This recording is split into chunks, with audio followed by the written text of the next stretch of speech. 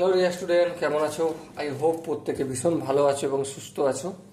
আহ, আজকের লেকচারে কোষে দেখি 23.1-এর দুয়ের দেখো অঙ্কটা প্র্যাকটিস করব। ওকে, চলো অঙ্কটা প্রথমে আমরা পড়ে নিই।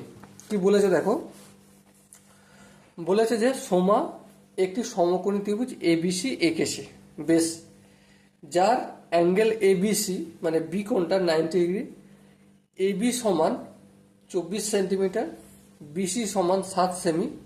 হিসাব করে sine A, cos A, tan A, cosec A এর মান লিখি। খুব সুন্দর অঙ্ক, চলো আমরা করতে থাকি। দেখো প্রথমে আমরা ছবিটা আঁকবো এবিসি। এই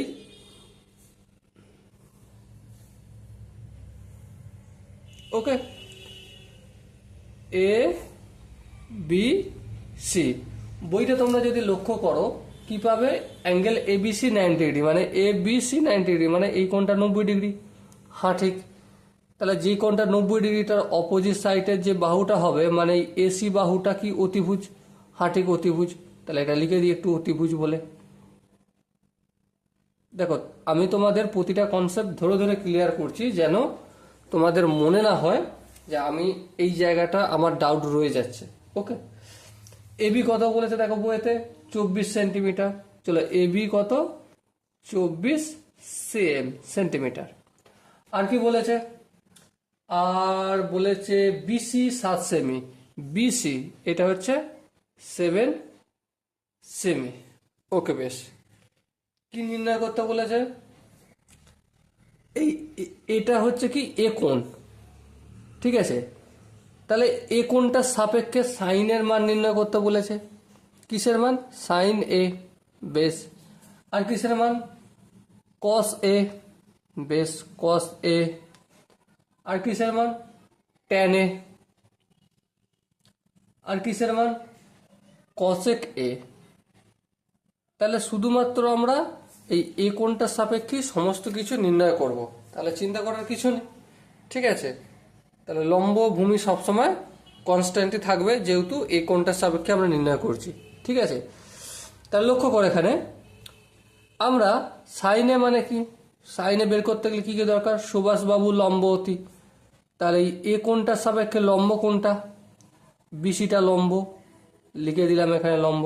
আর এ কোণটার সঙ্গে কোন দুটো বাহু লেগে আছে, অতিভুজ লেগে থাকবে আর ভূমি লেগে থাকবে। তাহলে এখানটা লিখে দিই আমি ভূমি। ওকে, এবার দেখো সাইনে নির্ণয় করতে গেলে আমাকে কি জানতে হবে, সুভাষবাবু লম্ব অতি, লম্ব ভাই অতিভুজ। তাহলে অতিভুজের মানটা কি জানি না, জানি না, তাহলে এটা বের করতে হবে। একটা পিথাগোরাসের সূত্র আছে, কি সূত্র, কি পিথাগোরাসের সূত্র অনুযায়ী,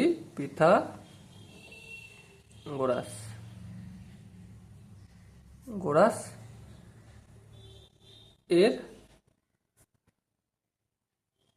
সূত্রানুসারে কি, অতিভুজের স্কয়ার ইকুয়াল টু অতিভুজ স্কয়ার ইকুয়াল টু লম্ব স্কয়ার প্লাস ভূমি স্কয়ার, এটা আমরা জানি। হ্যাঁ, তো অতিভুজের স্কয়ারটা আমি অতিভুজের স্কয়ার রেখে দিলাম।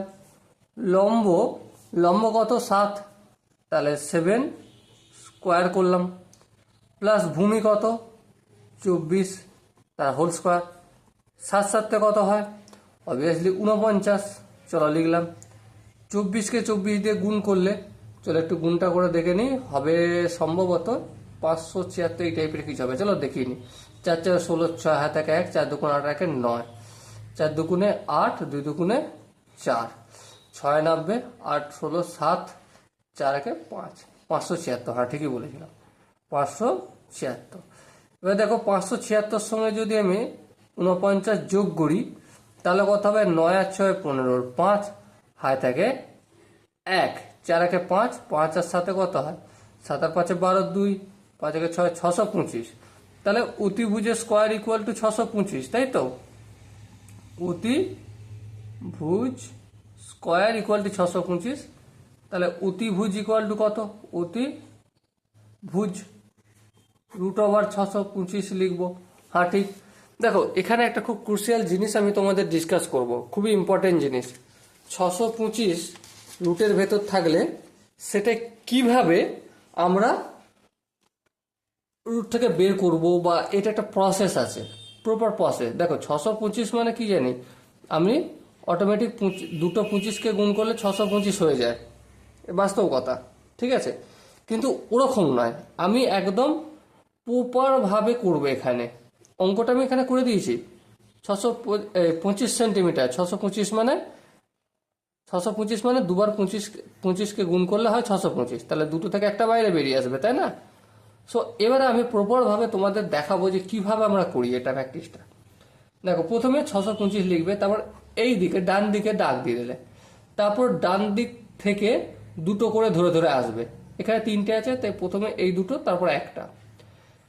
এবার দেখো কিভাবে করছি, 1 1 1, আর একটু যাক, 2 2 4, দেখো আছে 6, আর হচ্ছে আমার 2 2 4, 3 3 কেন বেশি হয়ে যাচ্ছে, তাহলে 2 2 এই 4 করলাম, বেশ।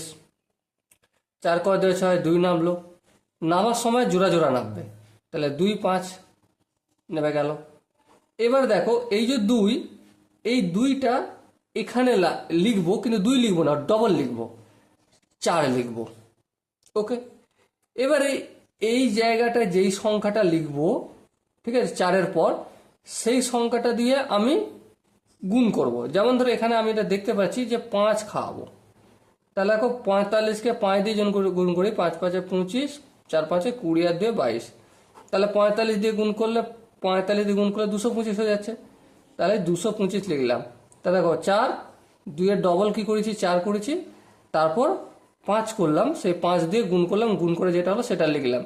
এবার এই যে 5 খাইয়েছি না, এই 5টা আবার এখানে করে দেবো, আর আনসার এটা হবে।